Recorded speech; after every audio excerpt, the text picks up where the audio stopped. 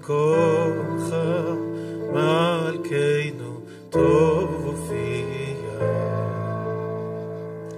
אוי אוי ותמלוך עלינו אוי עלינו כי מחכים אנחנו לך כי מחכים אוי אוי אוי אוי אוי אוי אוי אוי כי מחכים אנחנו לך אוי מתה אוי תמלוך אוי אוי אוי מתה תמלוך בציון אוי בקרוב אוי בימינו אוי אוי לעולם תשכון אוי אוי תתקדש ותתקדש אוי אוי בתוך ירושלים עירך אוי אוי לדור ודור אוי ולנצח לדור ודור ולנצח נצחים ועינינו תראינה אוי אוי תראינה מלכותך הדבר האמור בשירי יוזך על ידי דוד משיח צדקך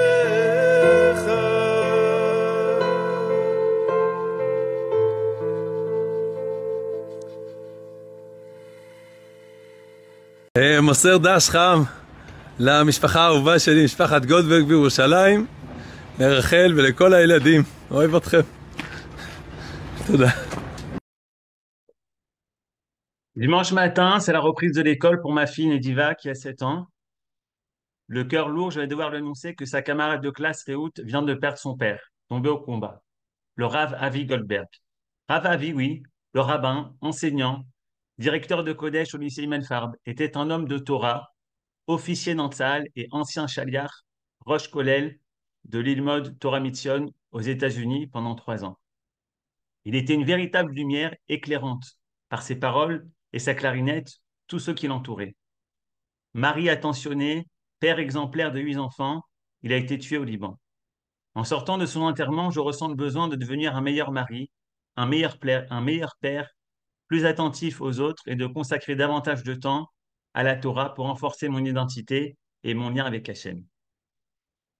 Eliav Abitbol, officier et père de famille, incarnait la Netina, le don de soi, la générosité.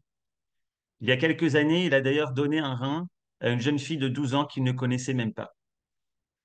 Bien que, à cause de ça, il était exempté du service militaire, il est parti en tant qu'officier de réserve pour défendre sa patrie. Shmuel Harari, Oleh Hadash, et Chana Ben Shimol, également Ola Hadasha, se sont rencontrés en Israël. Chana, dans son discours empreint de sagesse et de pudeur, lors de son espède, a déclaré Nifgashnu bisrut eret Israël, ve'arshav anachnu nifradim lema'an eret Israël. Nous nous sommes rencontrés grâce à la terre d'Israël et maintenant nous nous séparons pour elle. Quant à Hillel Ovadia, amoureux de la terre d'Israël, passionné par ce Shvil Israël, il était tankiste dévoué. Il gardait une Mishnah dans sa poche et le soir après la randonnée, allumait sa lampe de poche et étudiait. Il avait toujours voulu être le premier et ce jour-là, il était le premier tank dans la bande de Gaza. Lors de la Levaya, son père Moshe nous a dit « Notre objectif dans la vie n'est pas seulement d'être Gibor ou d'être Adin Nefesh, mais tout simplement de faire Retson Hashem, la volonté de Dieu. Hillel, Shmuel, Eliav, Ravavi, vous êtes le reflet de ces centaines de soldats tombés cette année. Vous êtes pour nous des exemples de vie, capables d'allier le Kodesh et le Chol, cette harmonie entre la Torah et l'armée. Pendant 2000 ans, nous étions un peuple apatride, le juif errant. Nous avons consacré toute notre énergie à l'étude de la Torah pour préserver notre tradition. Nous nous sommes concentrés sur la dimension céleste de l'identité juive à travers la Torah et les textes. En revenant en Israël, une partie de la nation d'Israël s'est investie exclusivement dans la terre, l'agriculture, la guerre, la matérialité renaissante pour reconstruire notre État. Mais aujourd'hui, notre défi, le défi de notre génération, est d'être Adam, un homme qui a les pieds sur terre, sur sa propre terre, qui est capable de revêtir l'uniforme de Tsahal, mais qui a la tête dans les cieux, une tête remplie de Torah, de valeurs et d'idéaux. Ce trait d'union entre le ciel et la terre, entre matière et spirituel, entre Chol et Kodesh. Il y a quelques minutes, lorsque j'ai rencontré Hana Ovadia, encore dans les Shiva pour son fils Hillel, Hachem Yekom Damo, nous expliquait la signification de l'expression Hamakom Yenachem Otrem. Hamakom, Dieu, l'Éternel, Hachem, vous amènera la consolation. C'est donc une consolation qui vient du ciel, une consolation céleste. Mais Hana a ajouté que Hamakom, c'est aussi l'hôpital de Jabalia. L'hôpital de Jabalia, là où Hillel, son fils, est tombé. Et que cet endroit puisse devenir une maison d'études, un Beth Midrash.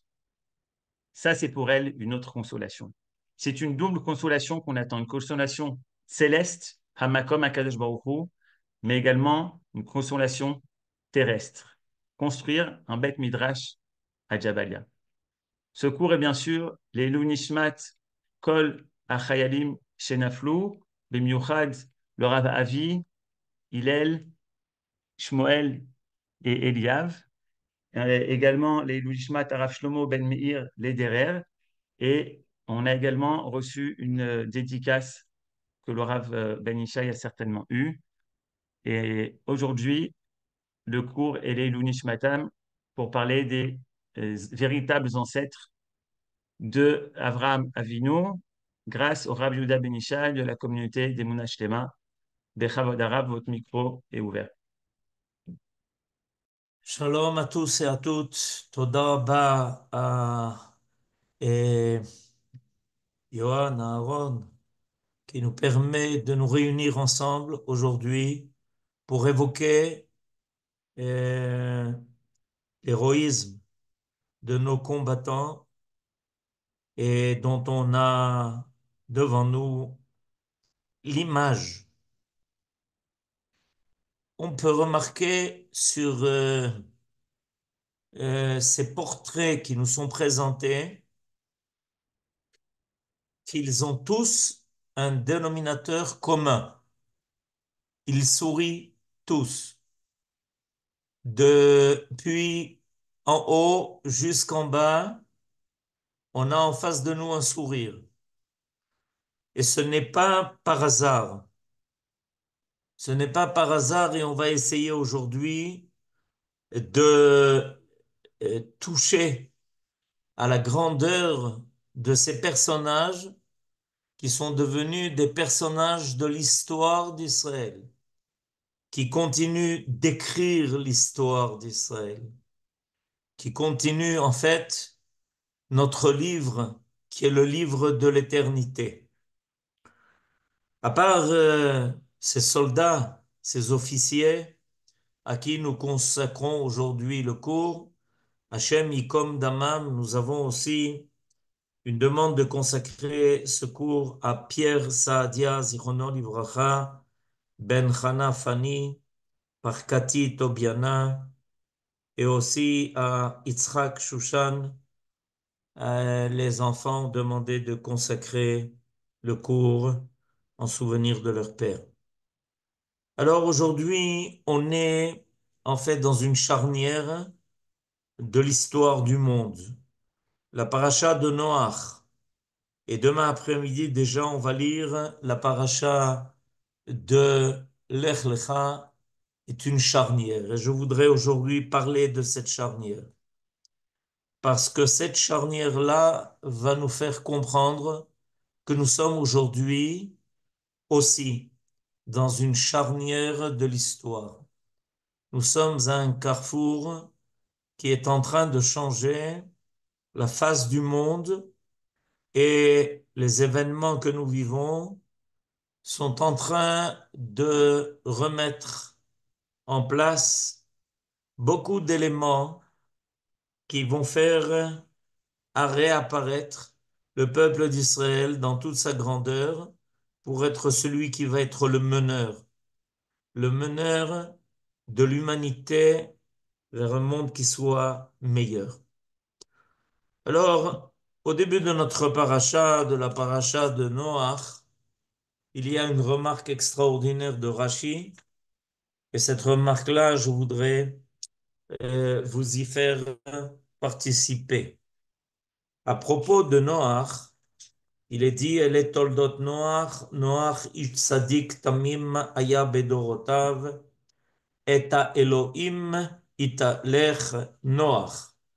Beaucoup de qualités sont invoquées ici à propos de Noach. Ish, Tzadik, Tamim, Bedorotav. Et en conclusion de tout cela, il est marqué que Noach marchait avec Dieu. Et Elohim, italech Noach. Alors, à ce moment-là, Rashi, sur ce verset, fait une remarque. Et cette remarque nous permet de faire un bond depuis le début de la paracha jusqu'à sa fin. Regardez, vous avez maintenant sous les yeux le verset et le Rashi tout de suite en dessous. Et Elohim italech Noach ou be'Avraham ou Omer. Rashi tout de suite, nous met en présence d'un grand changement. Un grand changement qui va se passer entre Noach et Avraham. Ou be'Avraham ou Omer, asher italachti lefanav. Alors que, à propos de Noach, il est marqué qu'il allait aux côtés de Dieu. Dieu, lui, tout se passe comme si Dieu devait le soutenir, lui attraper le bras pour lui permettre de continuer l'histoire, son histoire et celle du monde entier. À propos d'Abraham, il est marqué que Dieu, par contre, se trouve maintenant, lui, accompagné par Abraham. Asher italachti lefanav. En fait, il est marqué ici que Abraham allait au-devant, qu'il allait à l'avant, qu'il était à ouvrir le chemin d'une nouvelle histoire. Asher italachti lefanav. Moi, j'allais de l'avant, dit Abraham. Et qu'est-ce que cela veut dire? Comment comprendre qu'Abraham va au-devant de Dieu? Noach ayatzarich saad letomcho. Alors Rashi continue en disant, regardez, Noach avait besoin d'une aide, d'un soutien pour continuer d'être un tzaddik dans des générations qui étaient complètement dégénérées, qui malheureusement avaient perdu tout goût de toute morale, même la plus naturelle. Aval Avraham aya mitchazek umealech betzidko mi elav. Mais Abraham, lui, par contre, il de lui-même se renforçait, de lui-même se levait. Umealech betzidko mi elav.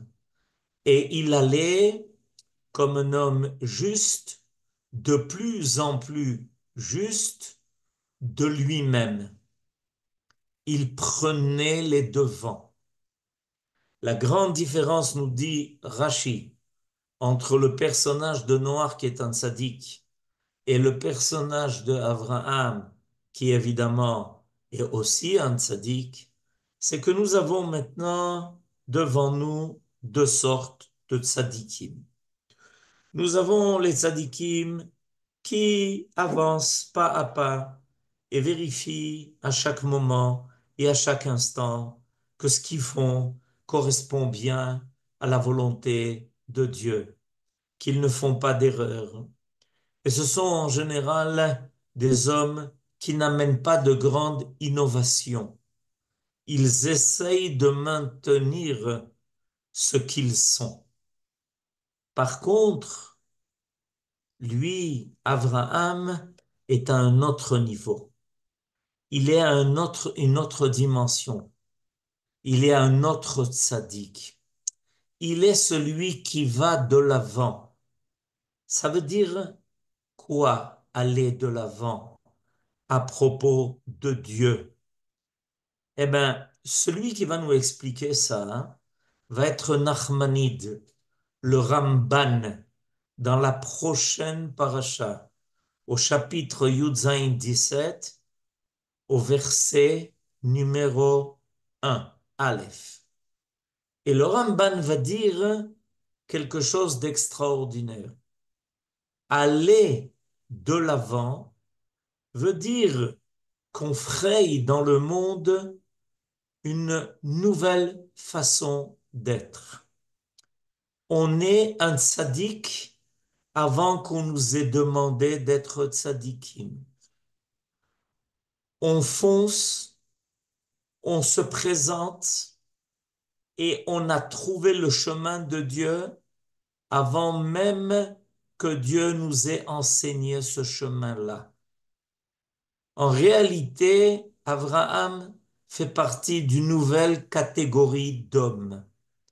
Il fait partie de ces hommes qui vont faire apparaître quelque chose de nouveau dans le monde, qui vont faire avancer le monde, qui vont le faire bondir en avant, qui ne se contentent pas de vivre ce qu'il y a déjà, mais qui au contraire vont innover une nouvelle réalité.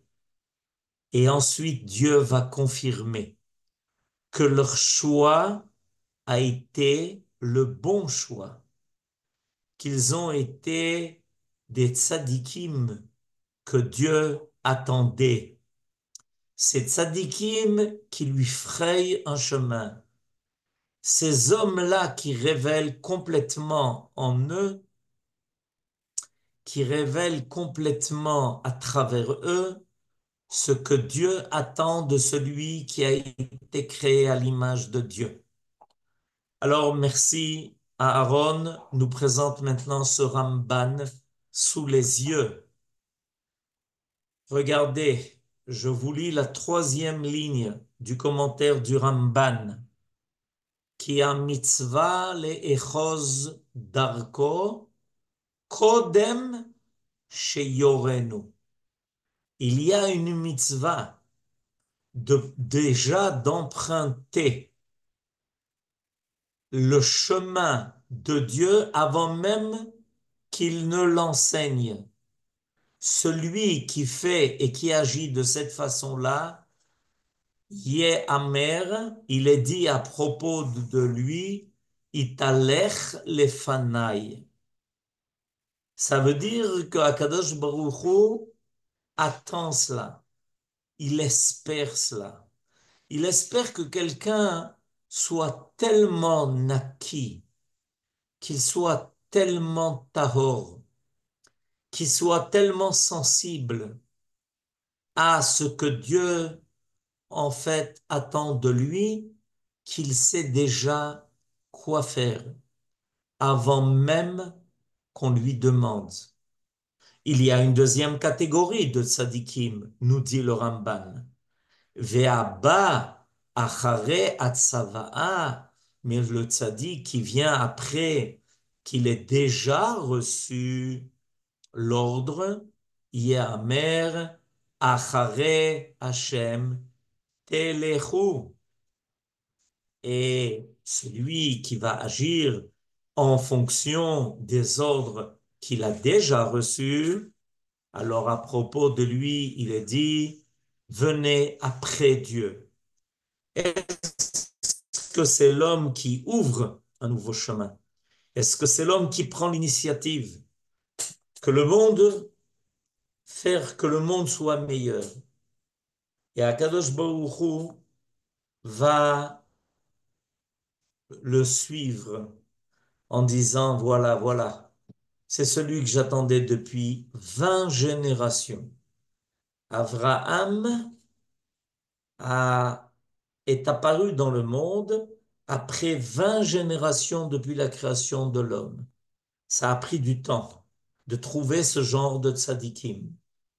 Noach, lui, est apparu après 10 générations. Il reçoit de Hakadosh Baruch Hu les instructions nécessaires. Et effectivement, il répond aux ordres que Dieu lui donne de construire l'arche, de s'y réfugier pour sauver l'humanité. Mais ce n'est pas à ce moment-là que Dieu se révèle. Il va se révéler à Abraham parce que Abraham est exactement le reflet de cet homme parfait que Dieu a mis en projet. Celui qui vit tellement l'image de Dieu en lui, qui sait déjà quoi faire avant qu'on ne lui dise quoi faire. Je dis ça parce que tout celui qui va rencontrer les familles de ces héros dont nous avons en face de nous maintenant les portraits, va entendre des parents, des amis, de leurs amis de combat, de ceux qui étaient avec eux dans les premiers moments et les derniers moments, qu'ils n'ont pas attendu, qu'on leur demande d'être les premiers. Ils l'ont réclamé. Et quand on a peut-être même essayé de les décourager, ils n'ont pas renoncé à être les premiers, à se lancer de l'avant, sans ne faire aucun calcul, si ce n'est le calcul divin, un calcul extraordinaire. Ce calcul où Dieu attend de notre génération d'innover, de faire apparaître à nouveau ces personnages bibliques qui ont fait révéler au monde la présence de Dieu dans le monde, précisément parce qu'ils étaient toujours les premiers. Là où les autres n'osaient pas, eux ont osé. Comme par exemple le roi David qui va oser aller se battre contre Goliath, alors que tout le monde est figé, tout le monde est terrorisé. David, lui, va prendre une initiative. Il veut à tout prix prouver qu'il fait partie des véritables descendants d'Abraham.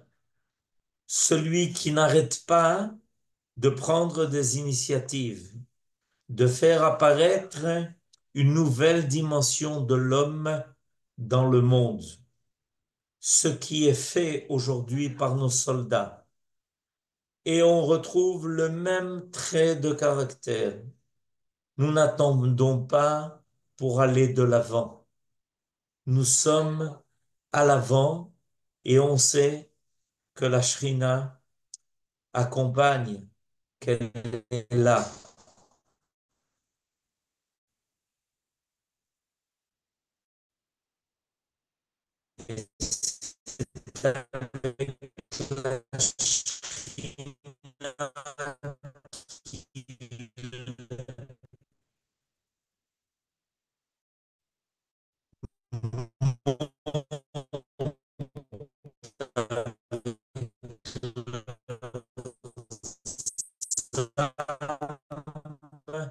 Au tour, probablement ne voit plus ce trône divin. Et après, j'ai pensé que, en fait, c'est pas exactement comme ça que ça se passe. Le trône divin est soutenu par des anges. Ce sont seulement eux qui ont cette force de pouvoir transporter la présence de Dieu dans le monde. Ils prennent sur leurs épaules le trône de Dieu pour finalement le déposer dans le monde qu'il a créé. Aujourd'hui, ces anges sont remplacés petit à petit par ces hommes qui sont devenus des anges. Ces hommes-là, à l'armée, ils ont appris à porter un brancard sur les épaules, à prendre le fardeau de la Géoula, de prendre les équipements les plus lourds, les plus difficiles, faire des kilomètres, aller de l'avant, se jeter dans le feu, comme l'avait fait notre ancêtre Abraham, avec une foi qui est sans limite, avec un courage qui dépasse tout ce que l'on a connu, avec des pères, avec des familles qui sont des familles à une dimension biblique. En réalité, maintenant, ils montent au ciel, ils montent au ciel et ils prennent sur leurs épaules le trône céleste. Ils ont l'habitude de lourds fardeaux lorsqu'ils se sont entraînés à l'armée, lorsqu'ils sont partis au combat. On leur a demandé de prendre de lourdes choses sur leurs épaules.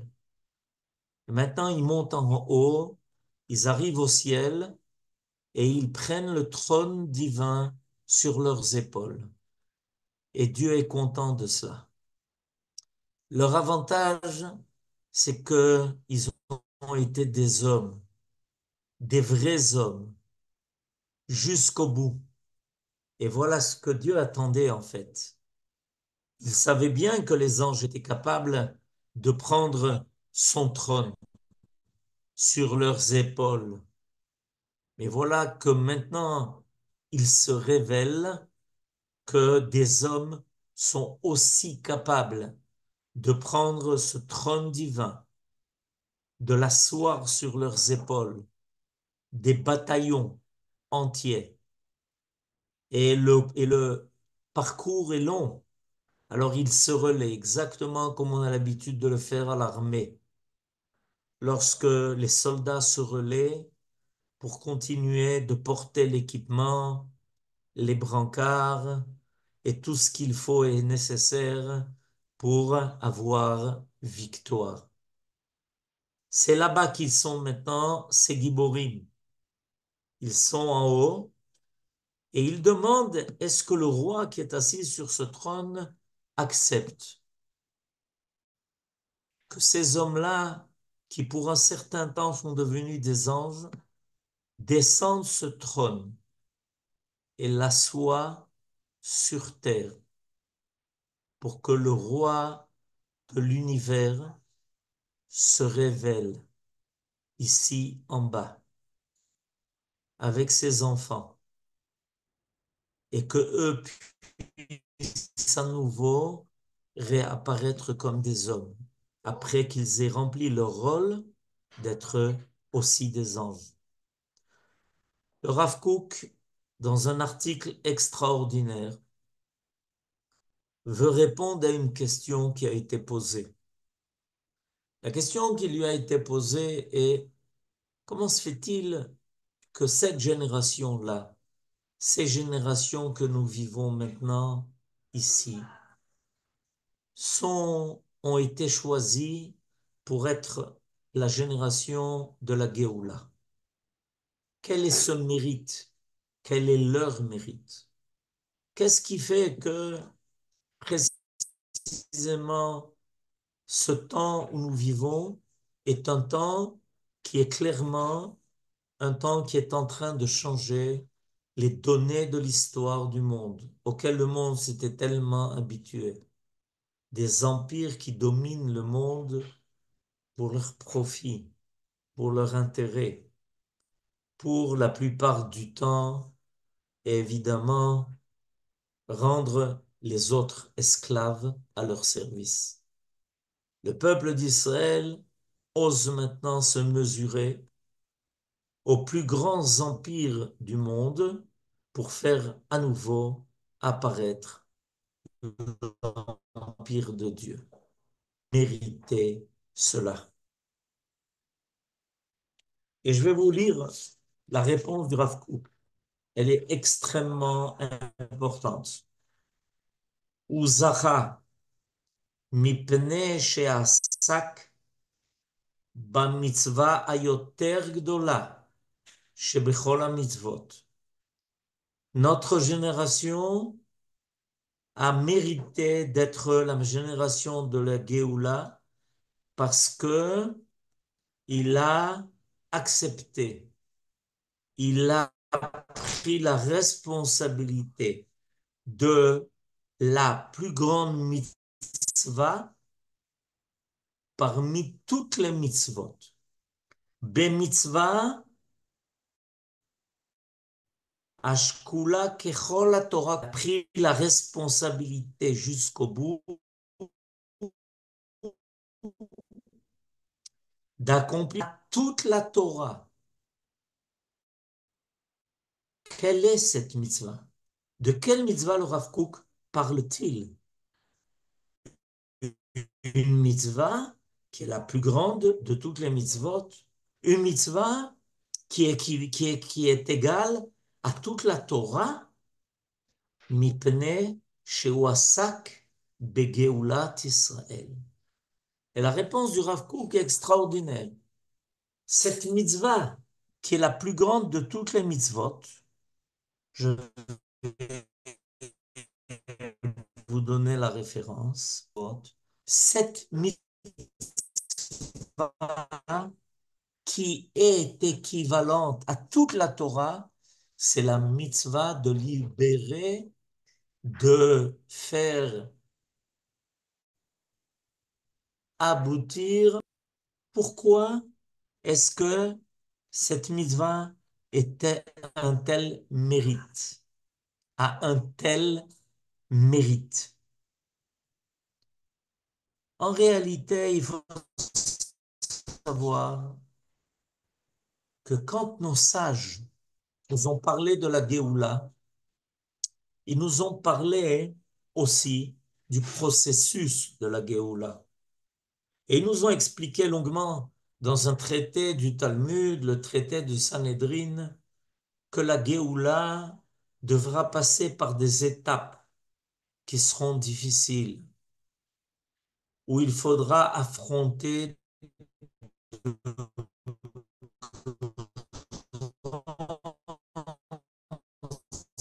des épreuves. De l'époque du Talmud, que selon leur compréhension de ce processus, eux qui avaient une telle sagesse, une telle grandeur, et qui étaient capables donc de comprendre à l'avance ce qui nous attendait, les sages ont dit, on n'est pas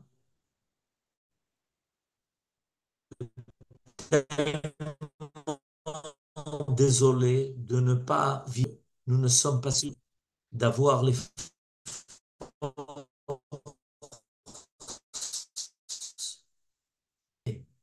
toutes les difficultés, toutes les épreuves qui nous attendent. Et voilà que notre génération, elle, accepte. Notre génération sourit. Comme vous voyez devant vous les portraits de ces soldats, ils sourient. Ils sourient même au moment où leur âme s'est envolée pour aller prendre le trône céleste sur leurs épaules. Ils ont accepté d'assumer la responsabilité de la Géoula. Pas seulement d'en parler, pas seulement d'étudier la Géoula. Ils ont accepté d'aller jusqu'au bout de ce que cela signifiait. Et on sait bien, d'après ce qu'ils ont laissé comme texte, et à chaque fois on est étonné de ce qu'ils ont laissé par écrit, par leurs chants, par ce qu'ils ont dit à leurs parents et amis, que en fait, si c'était à refaire, ils le referaient et qu'ils n'ont jamais regretté d'avoir été jusqu'au bout pour mériter d'être appelés la génération de la Géoula. C'est ça que cela veut dire. Le Rav Kook, en écrivant ce texte qui se trouve dans les Shmonak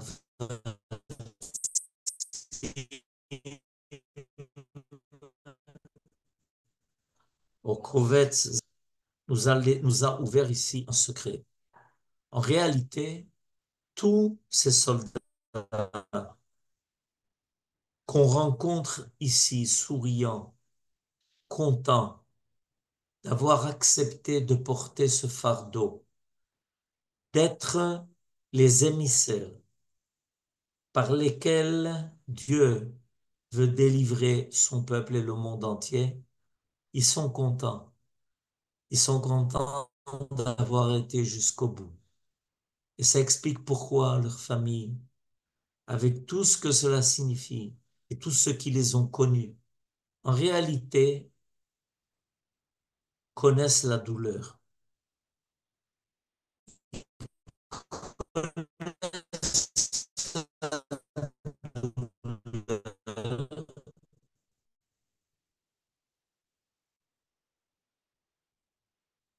Ils ne connaissent pas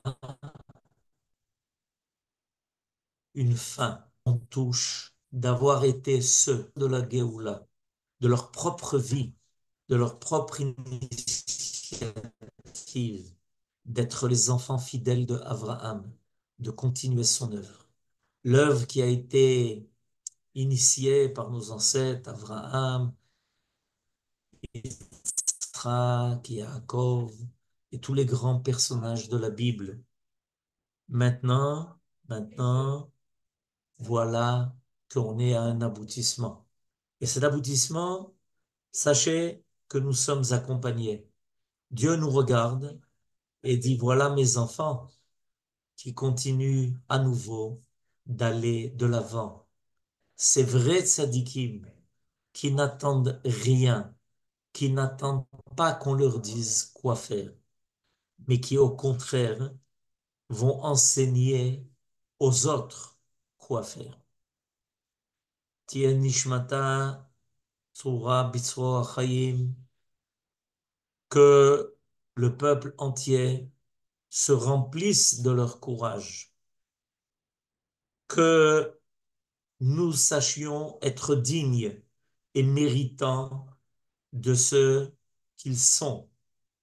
Et je parle au présent, parce qu'il est évident que eux se cachent depuis le moment où ils ont quitté, mais qu'ils sont encore plus vivants que les vivants, parce que maintenant, ils sont tout près du Dieu vivant, avec la capacité et la possibilité de faire apparaître dans notre monde le trône céleste.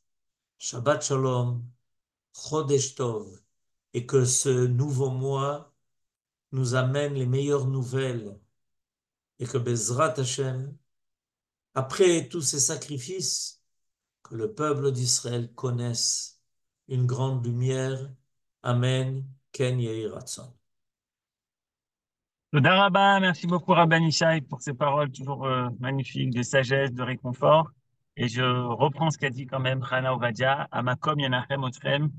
Amakom c'est Dieu, mais c'est aussi de réussir à continuer à avoir encore plus d'Eretz Israël, encore plus de Beth Midrash. Et Rav, on me redemande le Makor, parce que ça a bugué dans Shmonak Vatsim, si vous pouvez le redonner. Alors, dans le Shmona Kvatzim, c'est le Kovetz Zain, 7, et le paragraphe Resh Aleph, 201. Toda Rabba, Yofi, Avo. Toda Rabba les Koulam, vous pouvez ouvrir vos micros. Et souhaiter Shabbat Shalom. Shabbat Shalom à tous et Chodesh Tov. Et on n'a pas entendu la deuxième partie du cours. On n'a rien entendu. Chodesh Tov, Chodesh Tov, Chodesh Tov à tout le Merci monde. beaucoup, Besorot Rav. Tovot, Shabbat Besorot Shalom. Tovot, Besorot Chodesh Tov. Amen. Shabbat Shalom. Chodesh Tov. Toda Rabba. Shabbat Shalom Mevorach. Chodesh Tov Mevorach. Tovot.